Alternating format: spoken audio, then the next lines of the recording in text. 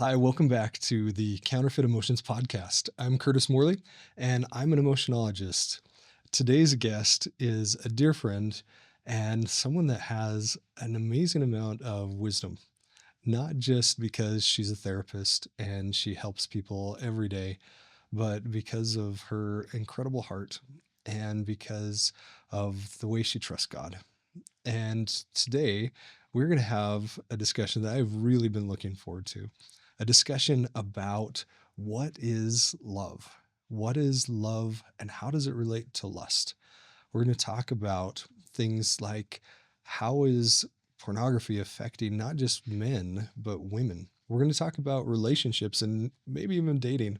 And we're going to talk about how to effectively look at pain instead of adding misery. So, welcome my guest, Amy Burton. So great to have you in the Thank studio. you. Thank you for being Good to here. be here. I am so excited for this conversation. I know we have talked a lot about these topics and had some incredible conversations around love and around lust, and we've done workshops together. We've done Mhm. had some incredible experiences. I love what you're doing, and I I love what you're doing. well, thanks. I love referring Yeah. people to you because I Yeah. feel like I can trust that relationship. Like I know that when I refer people to you for therapy and counseling, that they are going to be so well taken care of. Feelings mutual. Yeah, same. Thanks. And you have kind of a unique specialty in that you deal, I mean, you have clients that are male and female, you have couples, but you understand the world of pornography and overcoming pornography, not just for men, but for women.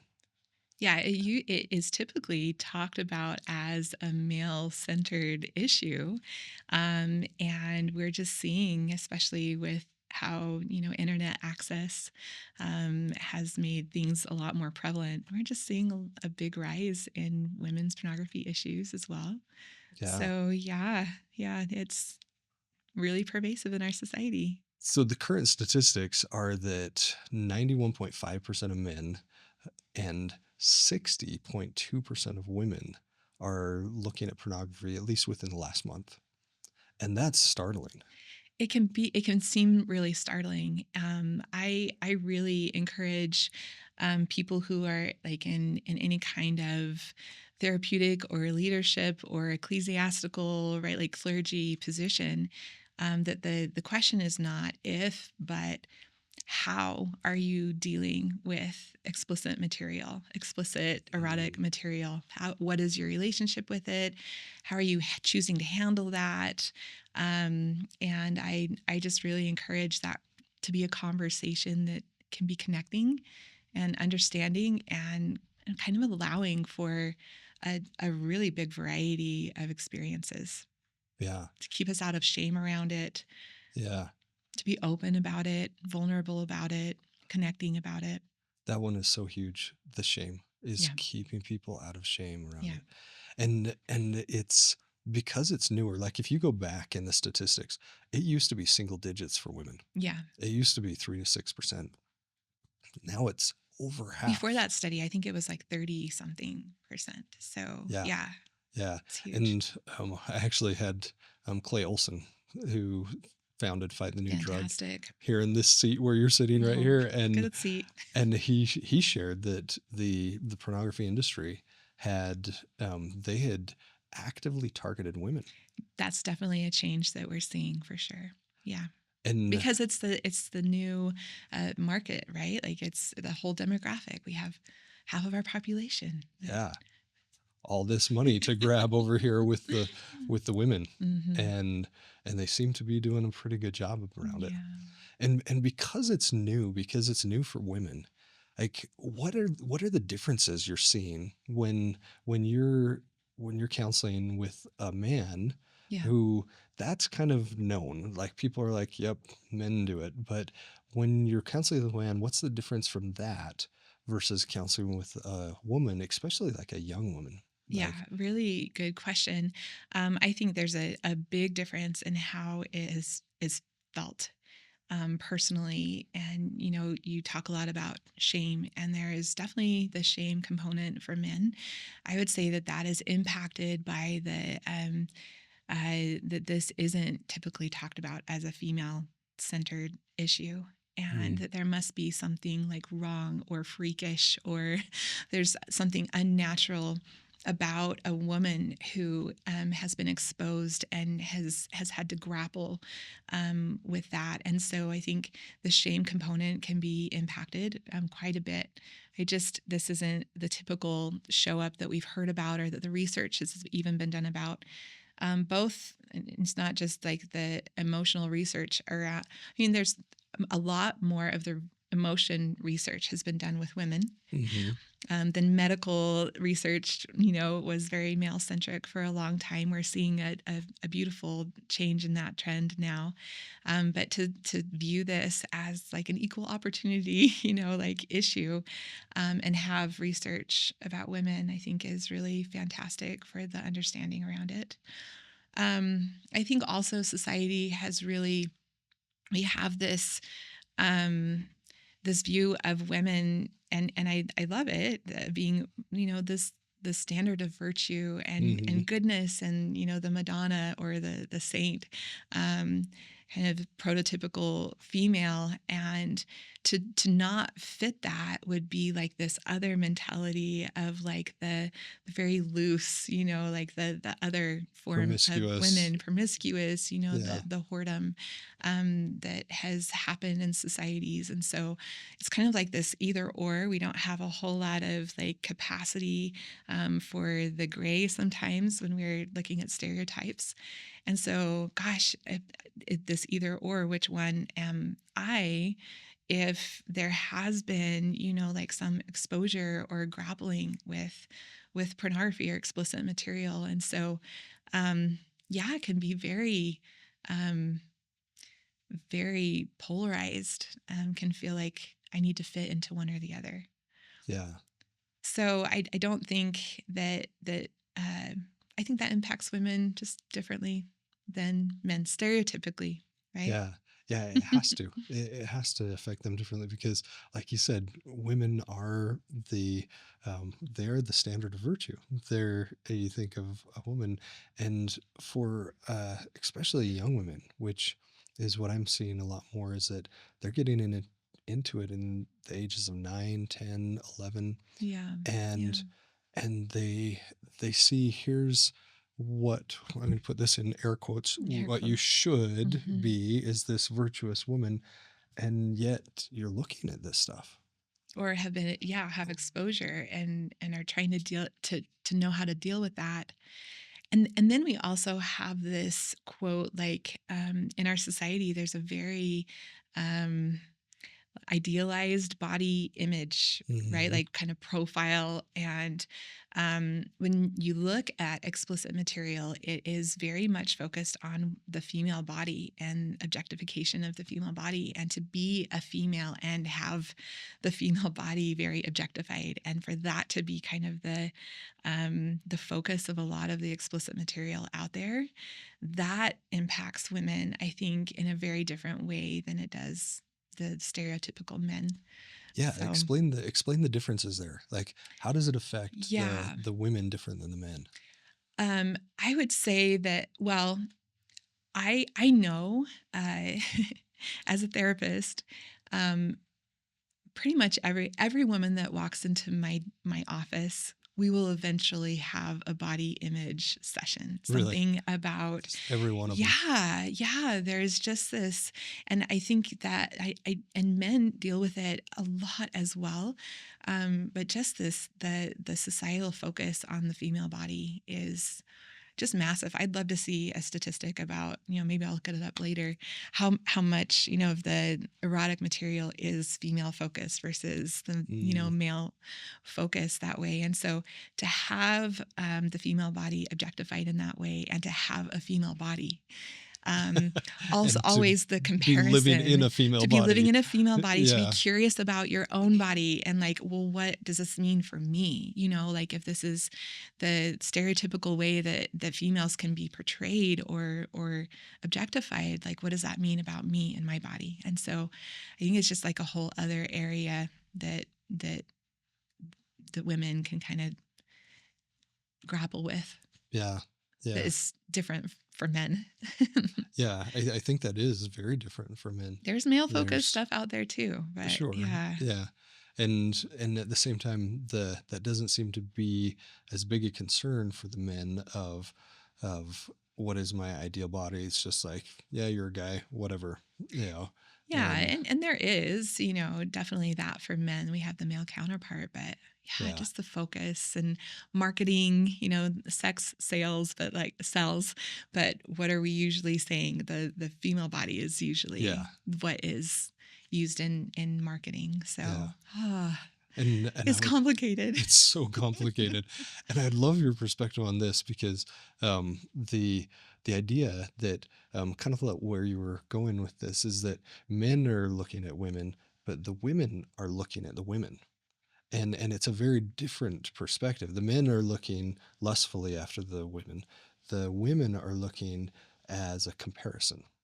Can be As for sure. like Yeah. what are your thoughts on Yeah, that? that What can do you? be that can be a huge part of it, or like what is like the female part to play in human sexuality, right? Like Mm, um and yeah, I just think that there is a lot more personal comparison for women, but you can't help it, right? Like if you see those body parts and I have those body parts and how those are being portrayed and objectified, yeah, uh, it yeah, just a whole other area.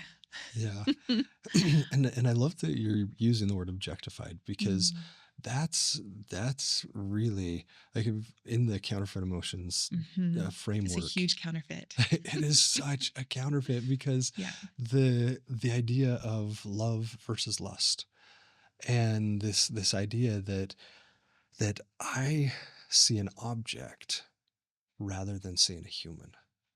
That Like that body has a person and a spirit and a mind and right like in it yeah, too. And but what's being portrayed on screen or through pictures or even the literature, right, is very body focused instead yeah, of the emotion intimacy that comes with, right? Like yes, connected, the love versus the lust, yeah. the emotional intimacy versus the body objectivity. Yes. And this may sound crazy, but it took me 2 years of study and research to figure out what is the difference between love and lust. Hmm. It took 2 years of And to put it into such good words. Yeah. and you think, oh, that's easy. Mm, But it came down to one factor. It came down to one thing. Because if you look at the emotional spectrum, like the opposite of love is hate, right? And mm, it's so far from the other side, right? And love says hug, hate says hit. mm, mhm, But love says kiss and lust says kiss. It does such a good job of counterfeiting because mhm. it's not opposite. It's not the other end of the spectrum. It's slid right next to it. Yeah. And it It can even says, look the same, but it yes, feels it different. feels so different. And this is where the aha moment came in, Mm, was when I realized there's one factor that separates love and lust, and that's taking. mm. That's it. And love Versus is, giving, receiving. Yeah. yes, yes. Yeah. This whole idea of marriage is a matter of give and take. I absolutely reject that idea. Mm, Marriage is not a matter of give and take. Marriage is a matter of give and receive. mhm, And it's symbolized by the open hand, mm, that mhm, my hand is open, your hand is open. When you're ready to give, I'm ready to receive. mhm, But I will never take from you. I mm. will never be the grabbing hand. I'm going to be the open hand. Yeah. Yeah. And I'm going to give to you with an open hand. And I'm going to receive when you're ready with an open hand. which is not something that you can do with a screen or a book or a picture Yes. or Yes. yeah, Yes. yeah. One of my favorite stories, I was actually on the podcast of the drummer for Maroon 5, Mhm. Ryan Dusick. He's Mhm. amazing. He's now a Oh. therapist, Oh, good. and he's fantastic. Mm. And we were talking, he and his podcasting partner, um, his name's Duck. Well, that's his Nickname. nickname. Mhm. Yeah, because it's Mallard is his last name. Oh. Anyway, he's not religious, and he was like, I'm not religious. I don't have this moral standard not to look at pornography. I'm good with looking at pornography, and my wife's good with it, and all of Mhm. that. And I said, could I share a story with you? And he's like, sure. And I shared the story of these soldiers sitting around a campfire, and one of the soldiers pulls out a picture and of a voluptuous woman. And he starts, the cat calls and passing around the picture, and everybody's like, "Oh, look at her!" And it gets to one of the soldiers, and he says, "There's no woman here." And Mm. everybody's like, "What are you talking about? Look at her; she's so good." And he goes, "There's no woman here." And they couldn't understand what he was saying. And he said, "There's paper and there's ink, but there's Mhm. no woman here. Mhm. There's no one to connect with. There's no one to say, I can look into your soul and I Mhm. can see your heart and I can feel your Yep. energy." Will not feel the same. There's No. no woman. Yeah. And instead of, even if your wife's okay with it or your husband's okay, and you're in the other room, there's no person there to Yeah. connect Soul. with. There's no Mhm. soul. Mhm. It's pixels and light, and that's it. It's a screen and pixels. There's no human to connect with. And it's that taking. It's Yeah. like, if there's a beautiful human in the next room and you're over here, there's no connection.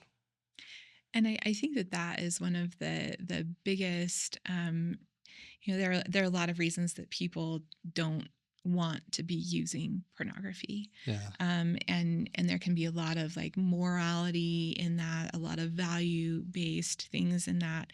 I think that one of my favorite little corners of research was on just this idea of supernormal stimulus Oh, yes. The that butterflies. mhm, mhm. Yes. And that butterfly experiment that I don't know, have you talked about that on this podcast Please before? share. This is I think great. it's so fascinating to think about, just this like there is a natural form of stimulus that our bodies are prepped for and evolutionarily, right? Like we're made for that kind of stimulus or connection. But then anything taking it into that super normal stimulus, meaning like something that is more than would be naturally like happening in normal life land, right? Yeah.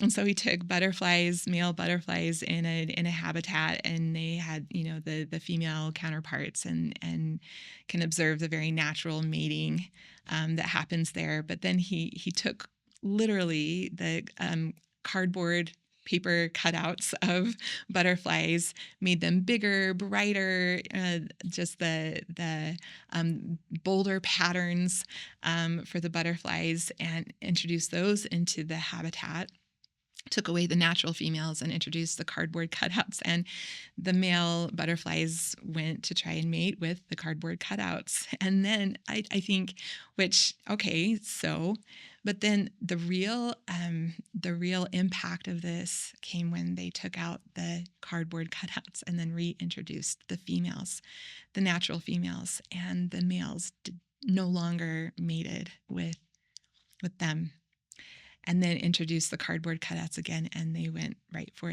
the cardboard cutouts. And Yeah. so like, what are we doing? You know, Yeah. this, and he did a few different ones. Another one was with songbirds and eggs.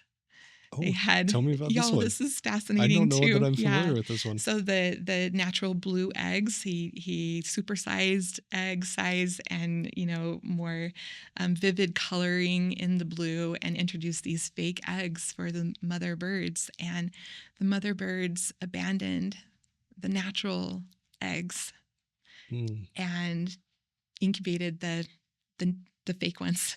Oh, wow.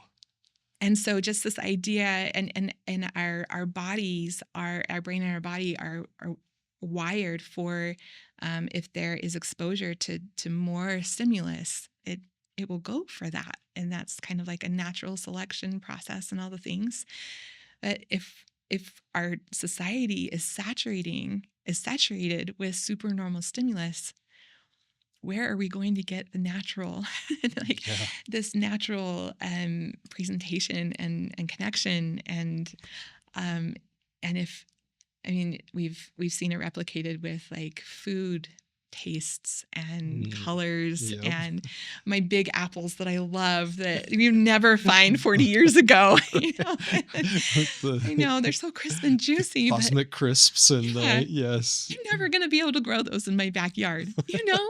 And so I'm connecting with this fruit now that I can never really replicate. I'm now dependent on this outside source of supernormal stimulus to be satisfied when I crunch into my apple.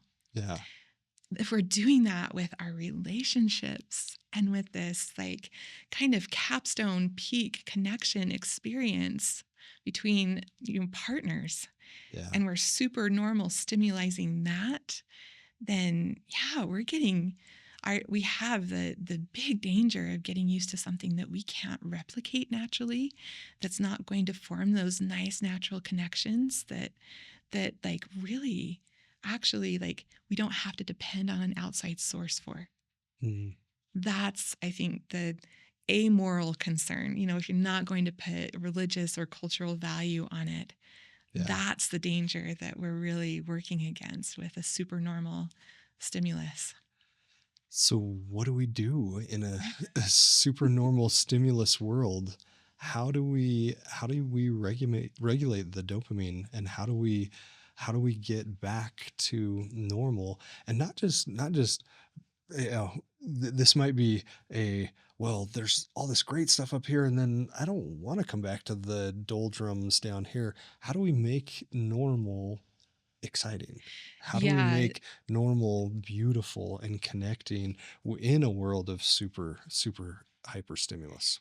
I there's so much really good research out there. I really love some of the research of Anna Lemke with Mm, the Dopamine Nation, and her yes. suggestion to go on a dopamine fast. Not just the area that you might be find problematic, but everything.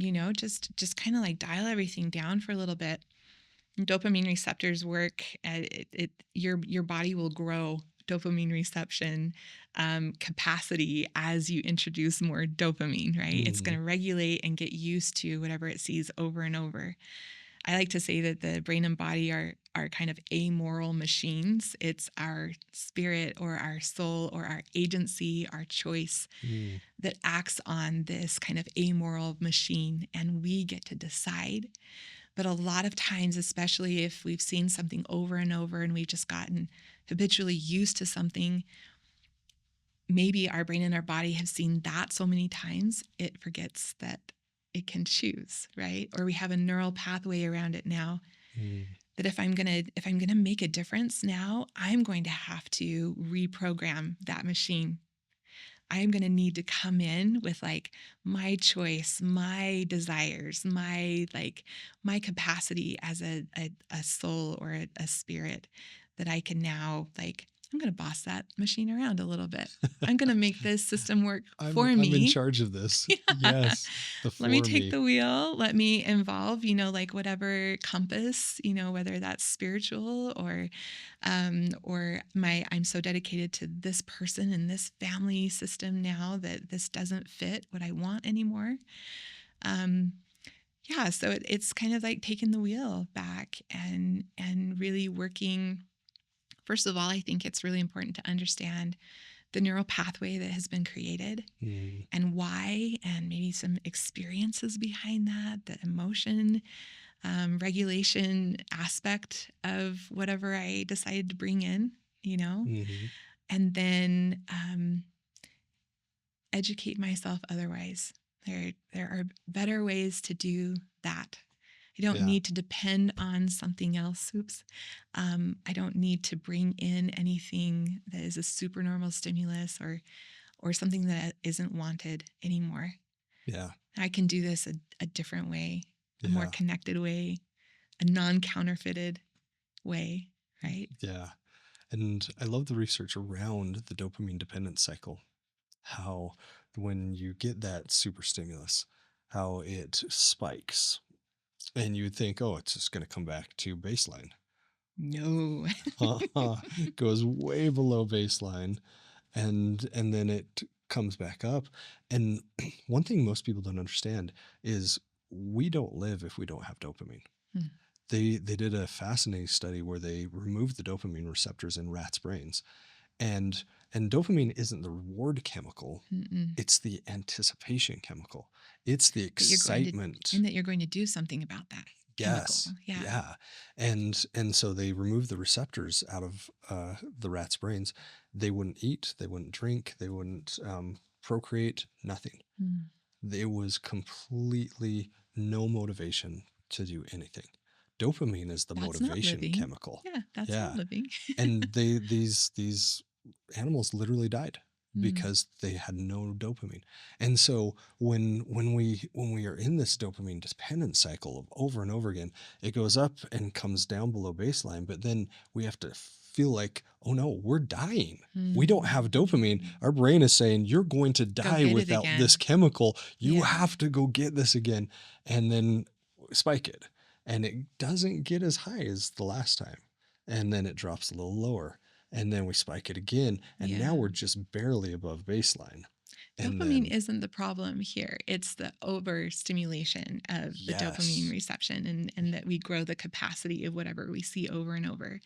It's a supernormal stimulus that is the issue, right? Yeah. And so getting back to a baseline of natural normal, this is why I am always really encouraging people, like, get out in nature, like Yeah. go, like, be connecting with actual people. And this is why connection is such a big deal for relationship.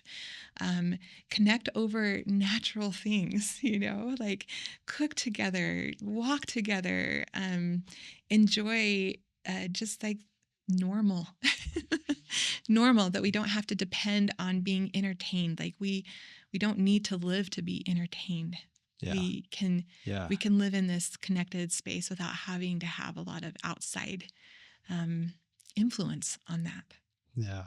You actually were the first person to introduce me to all of the pillars of intimacy, and that concept of that.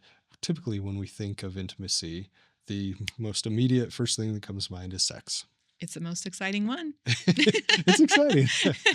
and and understanding that there's six other pillars of intimacy and how they work together, because most of us think, okay, there's one pillar and it's sexual intimacy, and my whole relationship is going to be standing on this one pillar, which is pretty tenuous. Mm-hmm. It can teeter, and if the sexual intimacy is not good, or if it's not regular, or Or compromised by like some kind of circumstance for yeah, a little bit, right? whatever judgment Yeah. you want to put on that, Yeah. all of a sudden your foundation is perilous and Mhm. may fall. But when you have emotional intimacy and spiritual intimacy and even financial intimacy and Yeah. recreational, all these other pillars that your foundation sits on, Yeah. what people don't realize is that the sexual actually lays on top of all of that. And just complements the whole system, right? And Yeah. it's all about just that connection, having all the different forms of connection. Yeah. And I think whenever you see like, yeah, and kind of using that model, if we're seeing issues in some of the other forms of connection or intimacy, yeah, it usually will affect other forms. And you just don't want to like overly depend on one either, right? Or Yeah. it all gets imbalanced. So Yeah. yeah. And what I found is that when all the other pillars are built up and you've got that firm foundation, then the sexual intimacy, it almost can't Very not happen. naturally. Yeah. Hmm. It's just the natural outgrowth of all of these other beautiful levels of intimacy. instead of flipping it and having one pillar and then everything else might Yeah. happen up here, it's the other way around. That these happen, and as a result of all these intimacies, then that's where the sexual intimacy comes, and it comes Yeah. in a way that is so beautiful and so, yeah, just healthy. And I would say that that again, it, putting like any religious or cultural values aside, like that is um the real issue with pornography is that um other forms of super normal stimulus around that is, gosh, we aren't getting that in natural ways.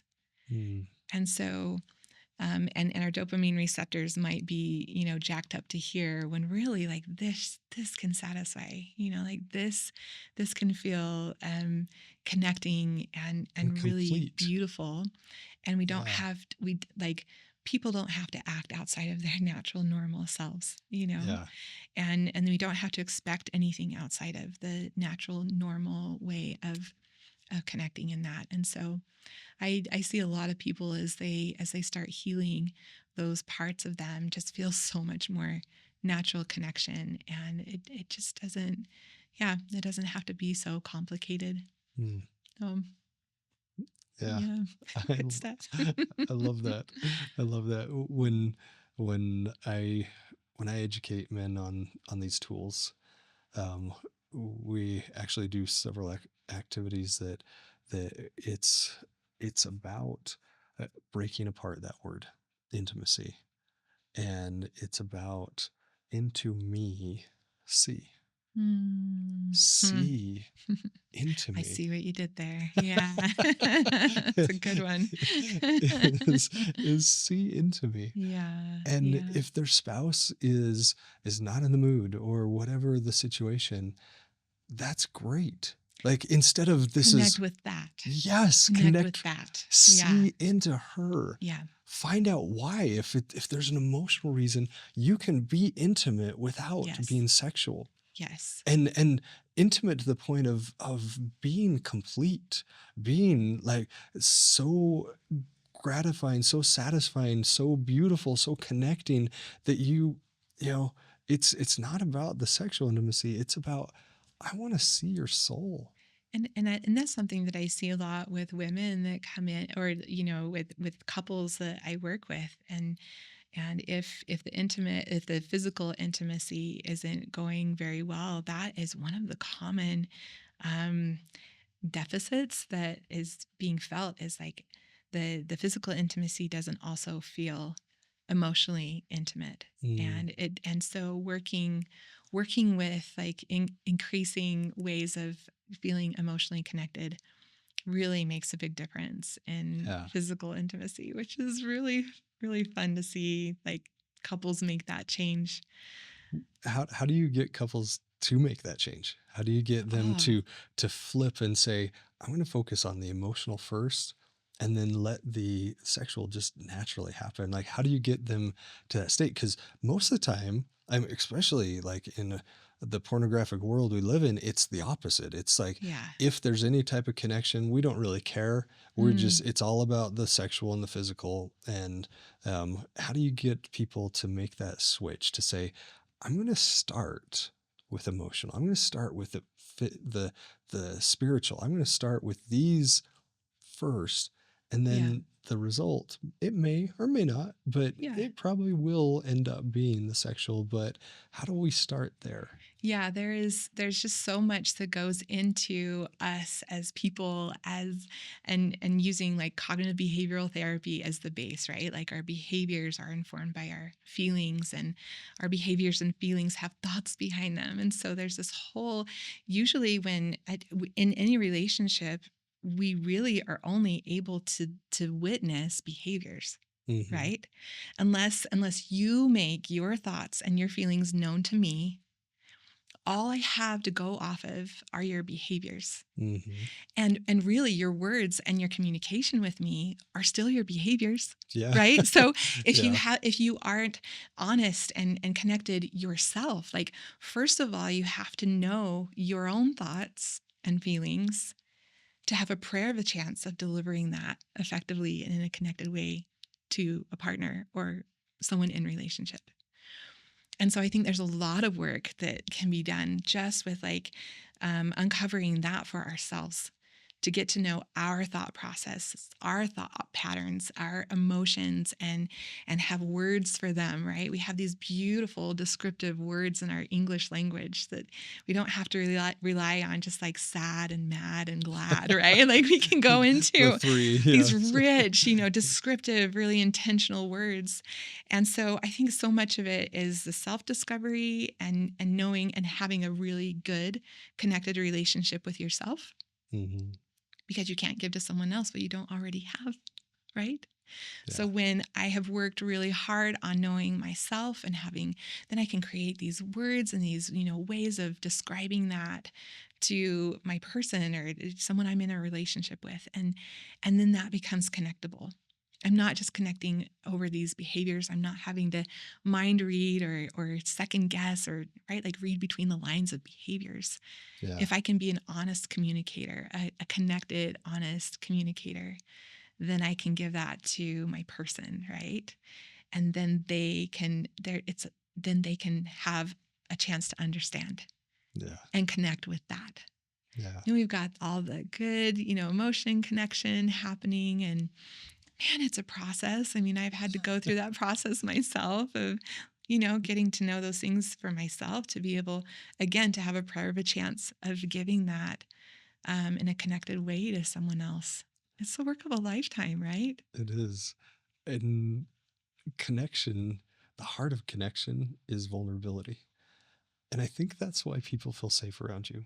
I think that's why Hmm. people love having you as their therapist, because you are somebody that is willing to go there with people. Why You're not, right? It's happening anyway. well, I think that's a great question. I think that is so important to ask the question, Mhm. why not? Why not get vulnerable? And because for Yeah. so many people, it is so hard to Uncomfortable. drop the wall. It's so hard to drop that Yeah. wall. Why don't we get vulnerable with people? What Oh, I know there's a there's so thousand many answers things to that. happening there. We've got childhood, patterns that we learned from our, bless our parents' hearts, and they're, everyone's doing their best, but they are only doing the best with what they were given, Yeah. from their childhood experiences. And man, we've got a lot more research and understanding happening now that like we're focusing on emotions more than behaviors and, the things that drive our behaviors. We're understanding so much more. And yeah, there's just so much that goes into that. Our past pains and our hurts that we get really protective about, that we don't want to feel that again. And so um, I think we can also blame the developing mind, the Mm. neuroscience that our prefrontal cortex, bless its heart, just like has a couple decades. They used to say 25 to 26, Yeah. before that's Yeah. really formed, and now they're saying actually, like depending. You can go into your late 30, late 20s and early 30s before that Ooh. is officially, like really can regulate emotion in a healthy way, have the capacity to anyway. Yeah. So we've just got this developmental system, right? That has to catch up. And I think by the time we're in our late 20s and 30s, we've had 3 decades of experiences without a fully formed, emotion regulating system Yeah. intact. Like, who can blame us for having to kind of catch up and reinform, re-educate ourselves in how to deal with stress and pain and hurt and fear Yeah. and those things that have had an impact through these experiences, right? Yeah. Thank goodness that gets developed eventually, but then we really have to reinform the whole system and kind of rework it to be more healthy. Yeah. And I want to go to where you just were talking about was the pain. But before we go there, what's one tip you could give listeners to help them start to let down the wall and be vulnerable? Oh, just one? Hey, if you got 10, let's go 10. I'm good with that. Oh, to let down the wall and get more vulnerable. I love to say that, like, well, we've got different relationships. We've got relationship with others, we've got our relationship with ourselves. Mhm. We've got a relationship with our higher power, right?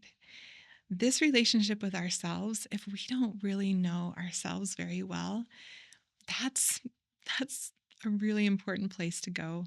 We're with ourselves 24/7. Mm. You don't die or break up or, distance from this relationship. We're with ourselves all the time. And so really being able to get vulnerable with ourselves, I think would be a really important first step. I see really beautiful work happen through journaling, through even just like reading and exposing yourselves to other ways of thinking and feeling about things, and get an emotion wheel and like find yourself on there somewhere, like kind of consult it and say, what am I actually feeling? And then dial it back to like, what were the thoughts? And like even deeper, what are the experiences behind these feelings and where I felt this before? Mm. Getting vulnerable with past stuff and how it's affecting our present. Um, our society doesn't teach that kind of vulnerability very well. It's not honored or respected very much in a lot of circles, and so Yeah. finding people that do honor and respect and creating relationships and connections with people and places that do. Mm. I really have experienced so much grace and understanding and vulnerability in my relationship with higher power, just like going there really vulnerably to have that modeled by a perfect um, father, and brother. And so, yeah, I don't know, get vulnerable somewhere, right? Yeah. And bring in good, healthy connection. I love that. I love that you brought in God. Mm. That sometimes we don't feel like we can be vulnerable. Sometimes it's too scary, it's too painful. But With when imperfect people. yeah, with imperfect people. But Yeah. when we are on our knees, when we're on our knees, he listens and he hears us. Mm. He hears us in ways that probably no one else can. And I love that Yeah. that's a great place to start to get vulnerable is on your knees. Yeah. Open your heart. Share all of it. Share all the fears. Share all of the pain. Share everything. Share your Mhm. insecurities Mhm. because he listens. I had a client recently. We were talking about just the idea of perfectionism and how Mm. he's been grappling with this. So this really rigid idea of perfectionism, and you're just kind of talking through things and trying to find like some imagery or something for him to kind of use to kind of wiggle out of this like really rigid form of perfectionism. And his image was Christ. And he had been Mm. watching The Chosen, and he just said, oh, like just that idea of just pausing, but like being so open to people and their imperfections. And we made this connection together, kind of like, of all the people that could expect perfection or that know what perfection or perfectionism really looks like, and our potential and where we can go, right? Like he would be that. But look at how gracious, how merciful, how open to our vulnerabilities, to our transgressions and our, right, like our misunderstandings and our counterfeits, right? Like Yeah. he's so open to that and willing to forgive and connect in those spaces. So um I don't think you can really come to that kind of personally. I don't know if I would have ever come to be more connected to my vulnerable self without that, without having a place where that was scooped up and loved and just graciously accepted. And he also doesn't want to leave you there, right? He'll help you um, always be better. Yeah. Not in a shaming way. Yeah. Yeah. Yeah. So beautiful. I feel that so much. I feel that so much because it's true. He loves us in all our faults, in all our weaknesses, in everything, in all our very perfect imperfection. Mhm. He loves us in all of Mm. that, and he's not going to leave us there. No. Every time we fall, his hand is outstretched. And isn't that a beautiful prototype for our relationships? Right? Like we don't abandon people in their vulnerable distress or imperfections or weaknesses, that there can be a way to connect in all of that. And gosh, you know I think it's a process to learn that for ourselves and with our relationships. And certainly I've had, like my own learning lessons there. And man, when we can really be connecting in those Yeah. spaces of vulnerability for others, when we can let down our protections and let other people in, Yeah. that's that connection that we're going for, right? Yeah. That's it. And it's funny, as I get older, I I'm developing more and more the belief that the goal of it all, the goal of everything, is connection. It's connection to God, it's connection to Christ, it's connection to self, it's connection to others, Hmm. it's connection. It's connection to truth, connection to purpose. And honesty, Yeah. right? Our own honesty is the only thing that will really bring real connection. If we're hiding parts of ourselves or Yes. keeping them from, I kind of sometimes in my office, I have an emotion wheel and I'll say, okay, any of these emotions that you're not willing to show or be vulnerable around or have connection over, like you're hiding that part of you. You can be connected this much or this much, right? When we let people into our hurts and our pains and our loneliness and our rejection and Mm. our insecurities, our feelings of inadequacy, and our excitement and happiness and joy, right? Yeah. The And whole person. we all have it.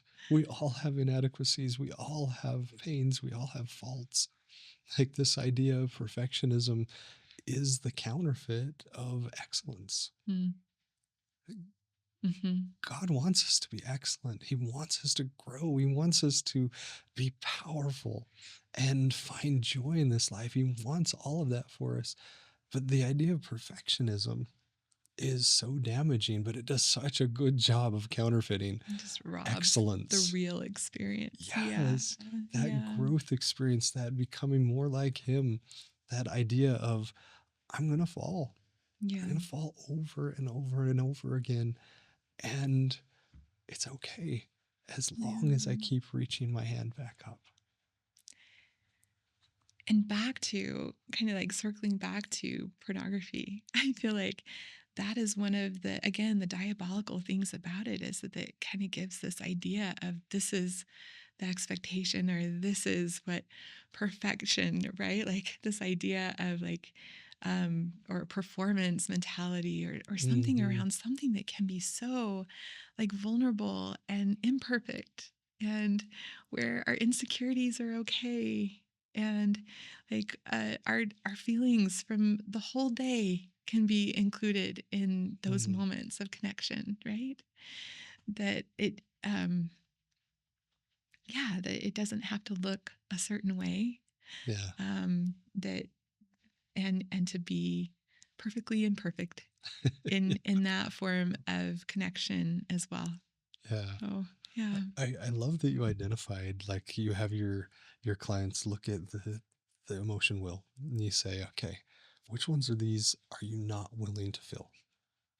And there's, in Christianity, there's this idea that, it says it in black and white, Matthew 5:48, be ye therefore Mm. perfect. And Heavy. yes, and I don't know about for you, but I remember very clearly when I realized, "Oh, no, I I'm am not not. perfect." Like, shoot, Or no I matter am how hard I try. Oh, yes.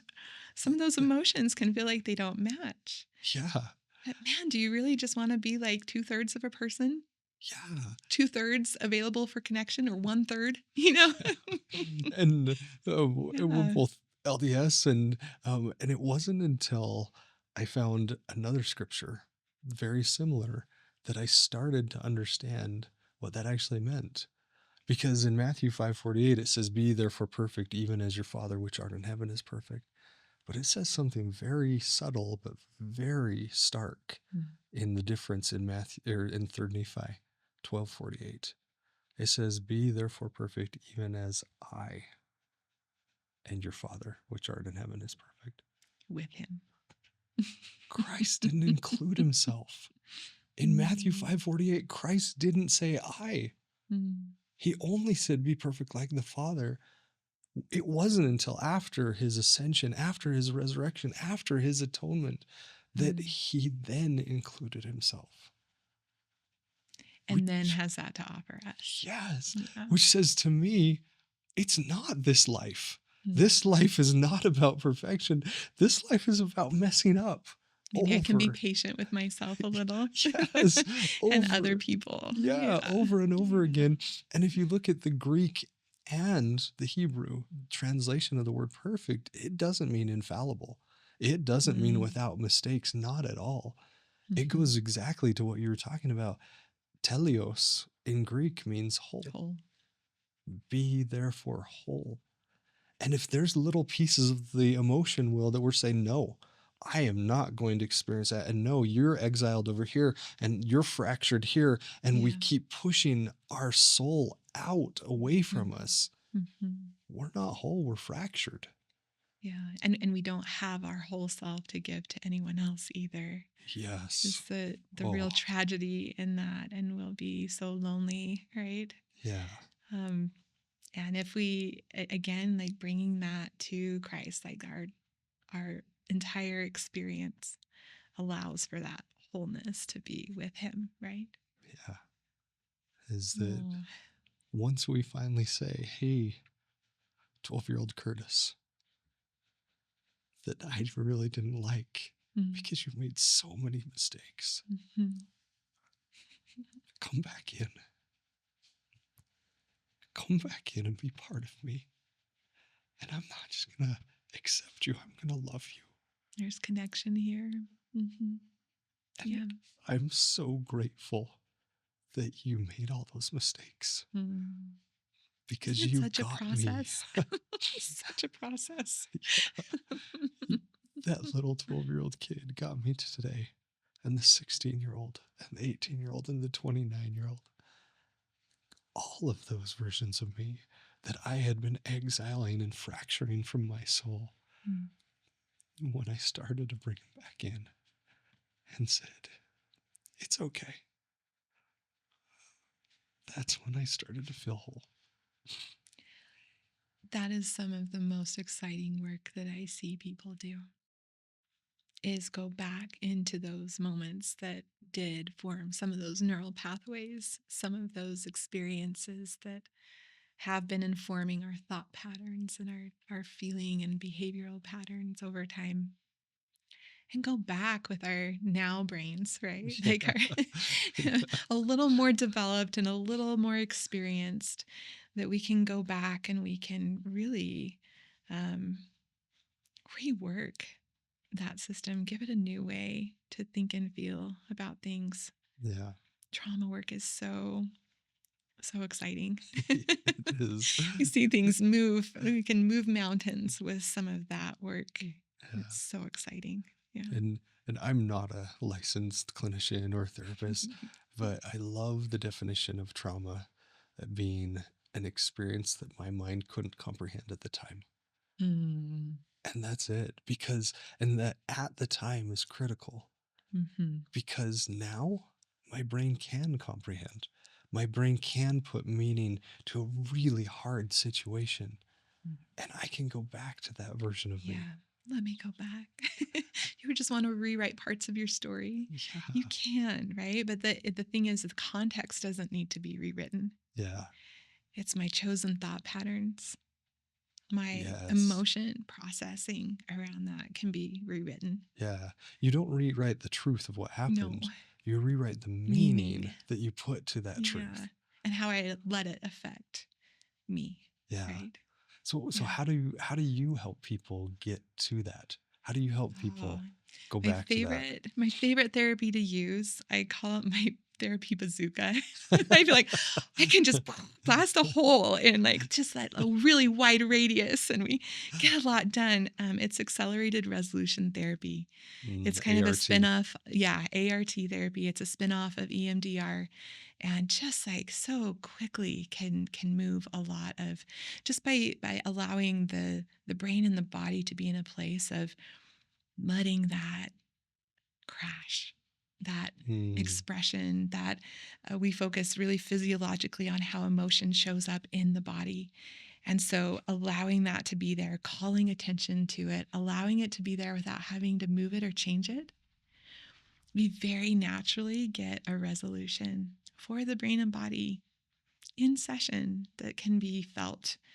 And it's like we're kind of I had someone recently compare it to recoding a computer mm, program that we're going to just allow our brain to see that and rewire it a little bit differently.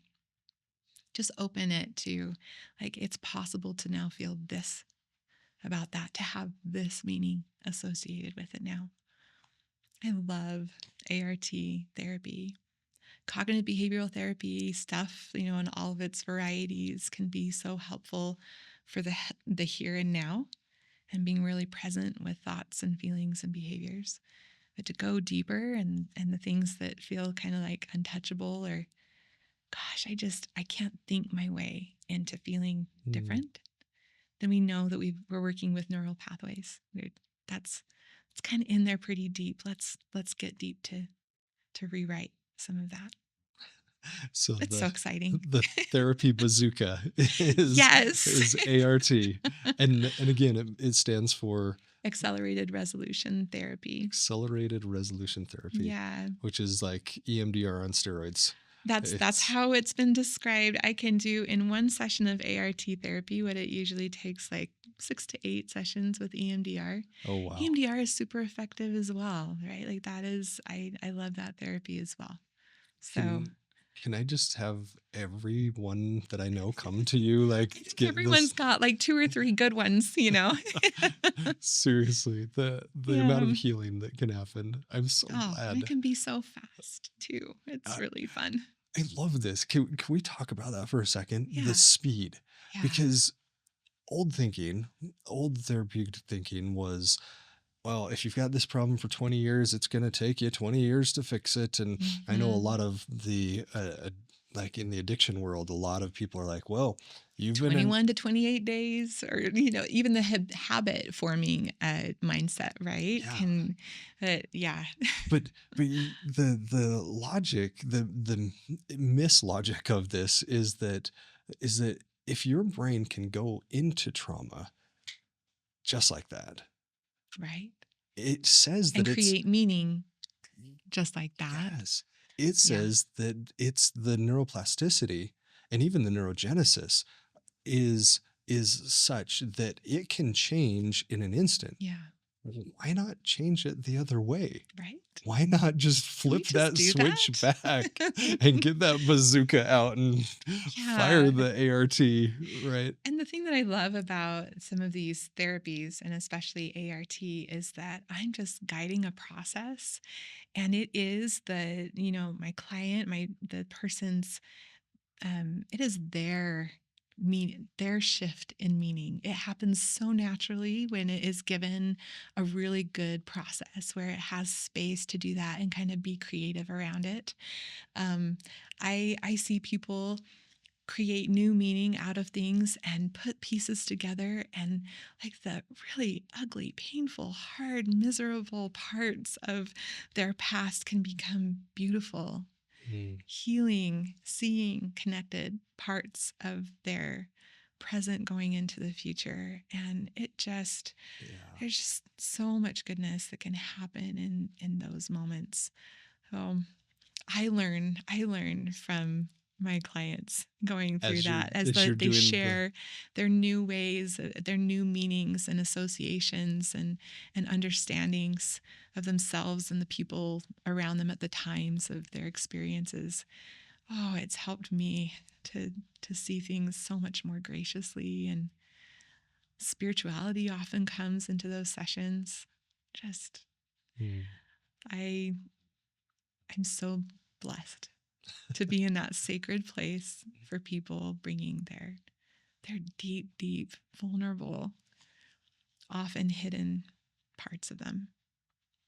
It's beautiful to see that come into the light and be reworked. Yeah. Love it. Mm. Lucky me. Truly. Yeah. That's do you wake up in the morning and think, "How do I get to do this every day? How do I get" I do. Yeah. I love what I do. I don't think many people get to feel that way about their jobs Yeah. that they have to do, I get to do that. I love what you do too. I really I do. love what you do.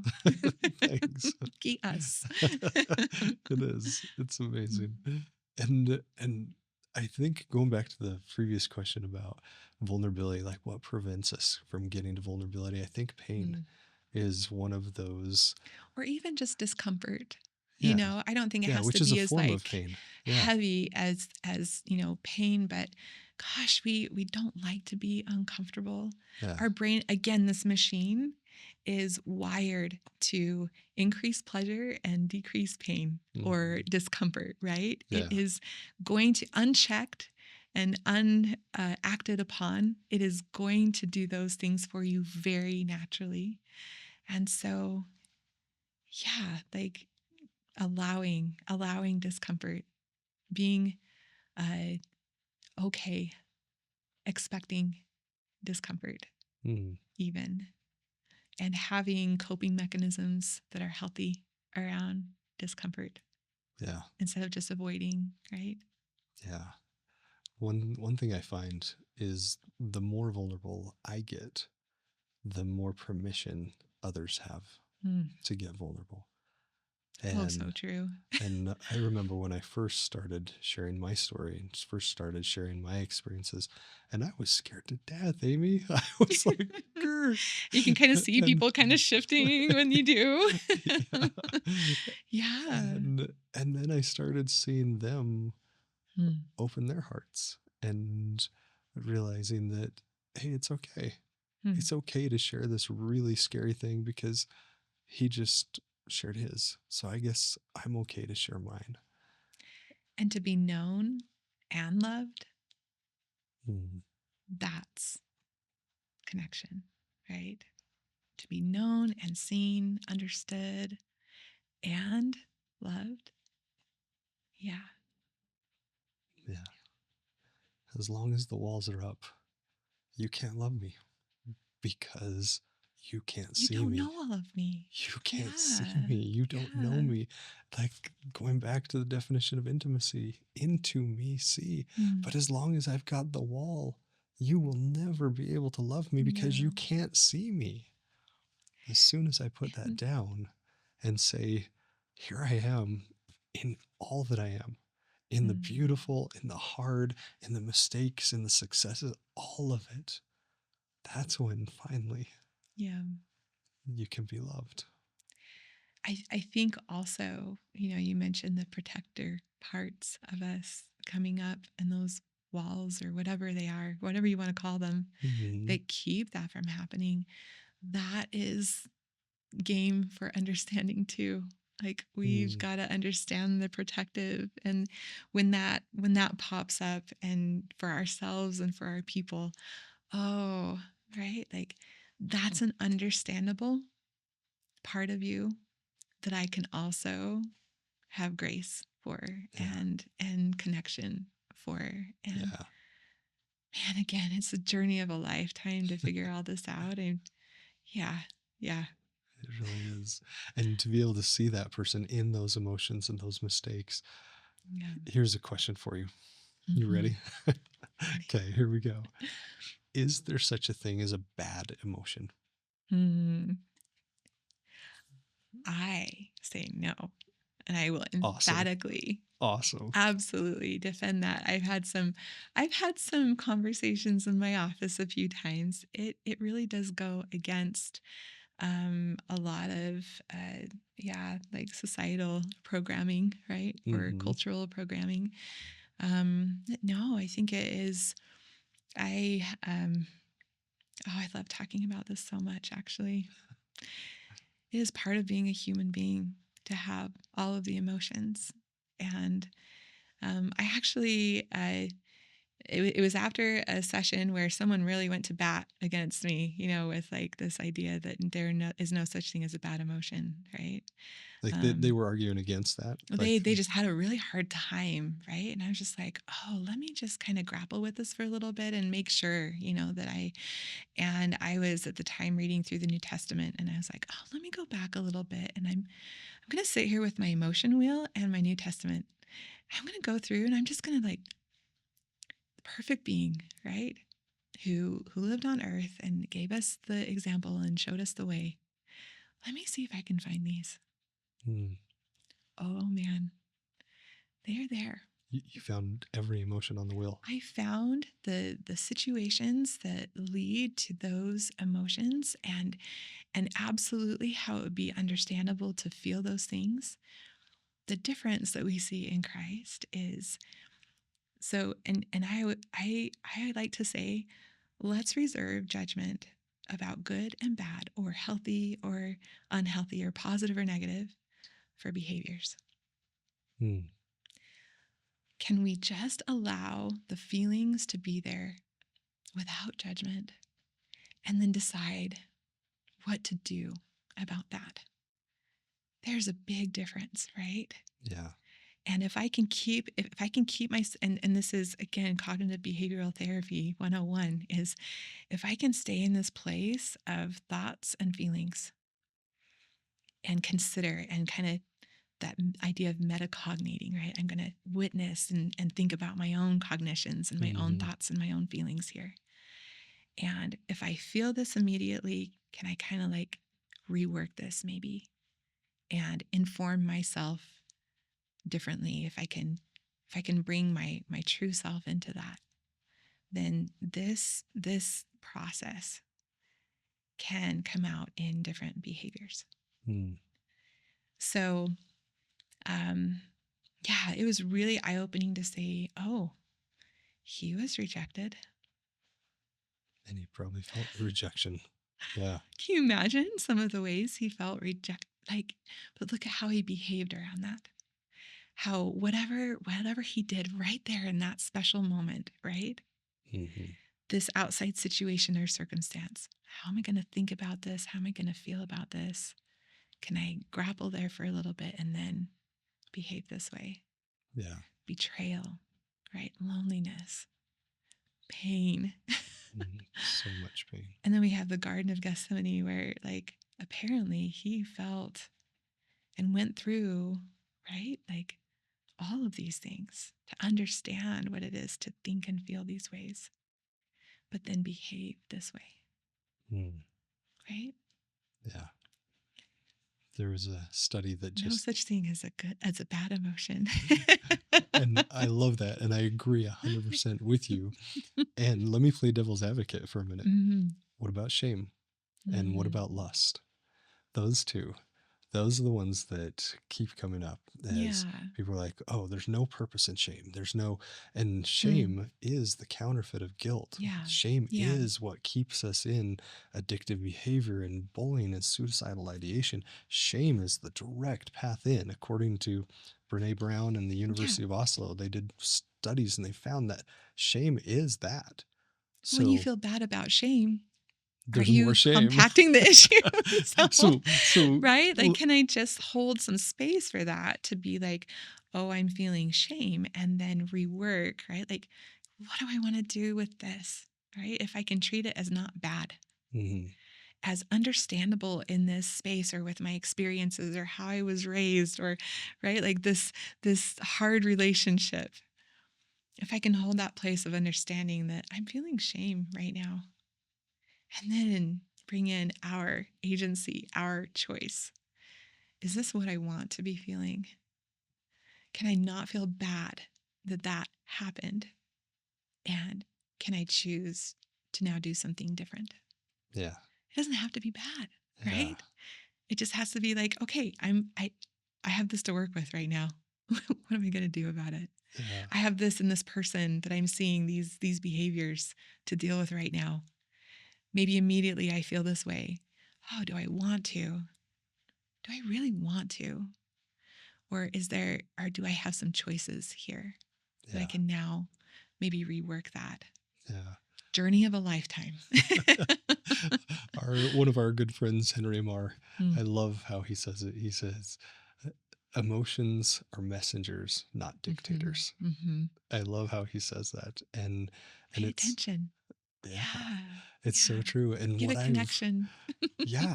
what I've found is that even the counterfeits are not bad.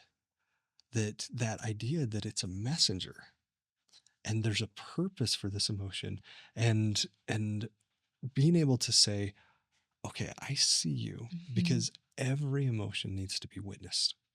Every emotion needs a Totally witness. agreed. Mhm, So, number one, I see you.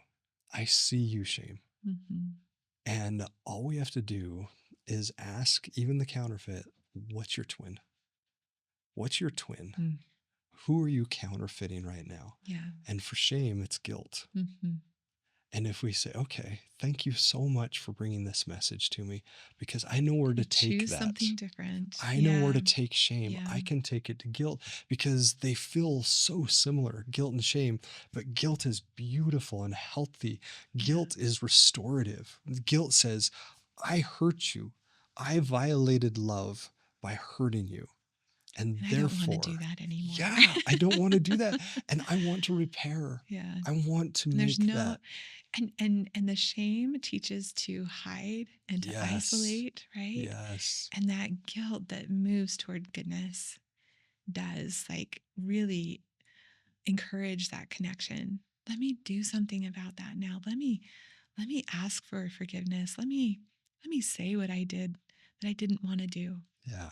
That I would choose to do better if I could do it all over again, or Yeah. I'm going to choose to do that different now, right? Yep. Yeah. No such thing as bad emotion. No such thing. Messengers and connectability. It's Yeah. there to understand. Yeah. That one shift for me made Mm, such a difference to be able to mm, say, even shame, even shame comes with a message that something is wrong. mhm. And shame is destructive. Shame says hide. Shame says all of those things. But shame has a twin, and its Yeah, twin is guilt. And guilt is beautiful. yeah. Let me just Guilt, shift. Yeah, yeah. it's just a little shift. Yeah, because Mm, instead of hiding, guilt says connect. If I hurt you, guilt says go to you to apologize. Yep. I can't apologize if I don't connect with you. Guilt says get on my knees and connect with God. And this is where I would say if that shift feels hard, if we can't just like kind of cognate differently and do this differently in those moments, what are the stories, what are the experiences, what's under there that has created that like that go-to, that neural pathway? Ooh, that's the juicy stuff for therapy, right? Like, where did my system get informed that I Yeah, can't do that, or that's scary or uncomfortable, or um, that I'm going to get hurt yeah, if I do that differently? And let's rework that so that we can give you a better chance of doing what you know you want to do differently, right? yeah, And that's where it comes into play with some of these like with pornography, with other forms of compulsives, compulsive behaviors that are out there. And yeah, we can really reinform yeah, the brain and body differently. Yeah, Oh, it's amazing. I really need like 6 more hours with you. it's so fun. It's so fun. Your wisdom is Mm, incredible, yours too. Yeah. and not just your wisdom, not just your brain, but your heart. Oh, Thank you thank for you. bringing your heart today. Yeah. And um, and in the counterfeit emotions framework, there's one emotion that can't be counterfeited, and that's peace. Where does Amy Burton Mm. find peace? Is absolutely in my connection with God, with Christ, that whole very, very available relationship. It is relationship there. I think um, Amy Burton has in the past really relied on Amy to do things and to be very self-sufficient. And I think that held me back from a lot of peace for a lot of years. It still does. It still does. But really learning that like those situations are not mine to manage or control in the Amy way, that I can let him into all of that, let them into all of that, and really trust something that is not mine to control or manage to someone who knows a lot better than I do. That has helped me find a lot of peace, a lot of peace, a lot of peace looking back to make sense of things, you know, a lot of peace looking forward to things that don't look like they are going to work out the way that I think would be peaceful for me, you know? So, journey of a lifetime. I'm learning. Amen. Yeah. Thank you so much. Thank you Thank for you. sharing your heart, your wisdom, your experience, Mm. how you see people change, how you see others find peace and overcome those barriers. Thank you so much for the work you're Yeah. doing. It's such a joy. It is. And thank you for joining us one more week on the Counterfeit Emotions podcast on the journey to find peace, the journey to find that one emotion that can't be counterfeited. I, I know that I found this interview amazing. And if you did too, please click the subscribe button and share this with a friend. Share this with someone that may be going through a hard time. Share it with someone that may be struggling with pornography and can sign up with a program like Counterfeit Emotions, or go see Amy. She's amazing. What's your website, Amy? Or Oh, how do we find you? Just therapistamyburton.com. It's a therapistamyburton.com. dinky little website, but And yeah, find those that you can share this with, because it really is all about connection. Connect with someone, share your heart, be vulnerable. And until next week, go find peace.